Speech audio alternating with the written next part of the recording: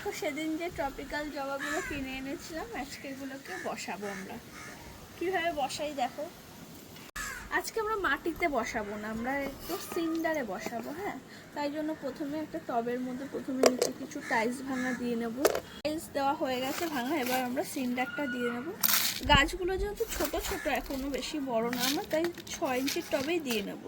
এটা 2-3 মাস পর আবার আমরা চেঞ্জ করে দেবো, তখন আবার একটু বড় টবে দেবো। শেকড়গুলো একটু বড় হয়ে গেছে, এটাকে বসিয়ে দিয়ে ভালো মতো গোড়াটাকে চেপে দিয়ে ওপর দিয়ে আবার আমরা সিন্ডার দিয়ে দেবো। এগুলো হচ্ছে র সিন্ডার আছে, এগুলোর মধ্যে আমরা কিছু মেশাইনি, এগুলোতে পরে যখন আবার কিছু করব, চেঞ্জ করব, তখন মেশাবো। এইভাবে আমরা সব কটা গাছ করে নেব।